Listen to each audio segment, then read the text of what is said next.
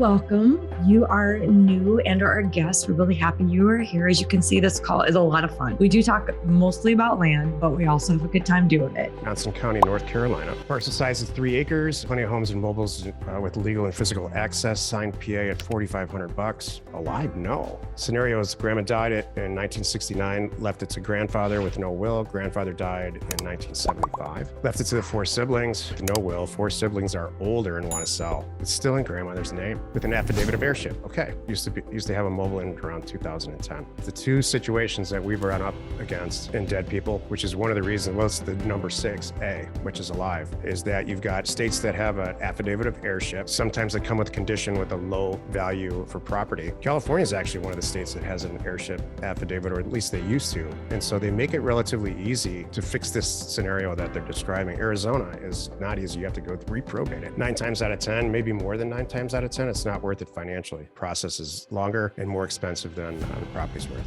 Access, heck yes. It's got great access. You can see where that mobile home used to be. If we go back in time a little bit here, 2010. If you're brand new, this tells us that however they got water and dealt with sanitation or electricity, it's there left over somewhere on the lot. This is now, might be able to be something there. So that's good. Yeah, it looks great. Here's your attribute, passes attributes. This is great stuff. Here's adjacent. So all the adjacent properties look great, which always leads to back to what we always say, affordability. This looks great. This deal looks at 45 looks like you could double or triple your money. In an affidavit state like this for dead people, looks like it might work.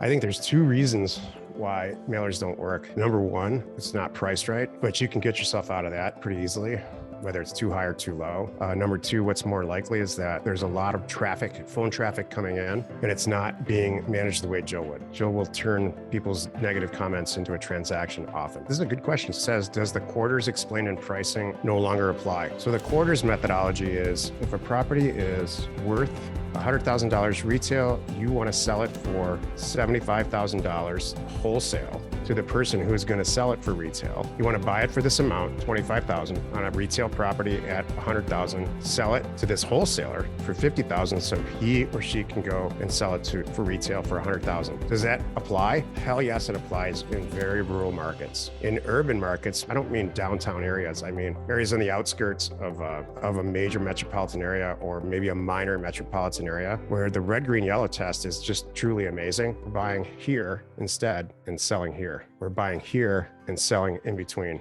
And these programs are for you to get the basics on how this works and the mechanics. And so there's a lot of variables. This is where the speculation kind of part comes in, and decide where your risk level is. And so if you buy a property for $75,000 and it's worth $100,000, you buy it and close it for $75,000, you're going to sell it for $100,000 the next day. That's just, you just are. In fact, you might even justify 125. So this is the rule of quarters, is a great academic example or a reality example in, let's say, rural Montana. So you have to apply a lot of this common sense. And that's what this Thursday call is for exactly for the person who ever asked this question. Thank you. Carroll County, Georgia, 8.57 acres, physical and legal access, zoning is R4. Accepted offer is $35,000. Projected sales price 56. Utilities nearby, floodplain, no Karen. HOA, no Karens. Flood looks great. So access looks great.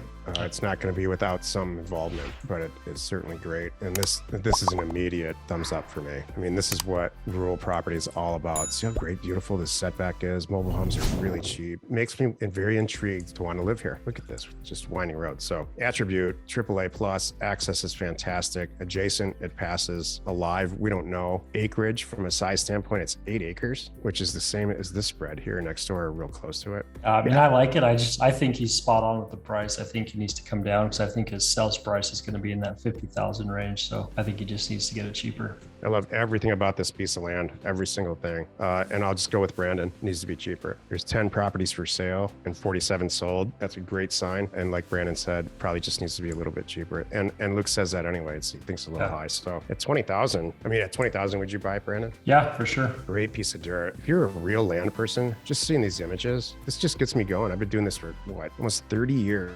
And just to see all this, I want to buy it.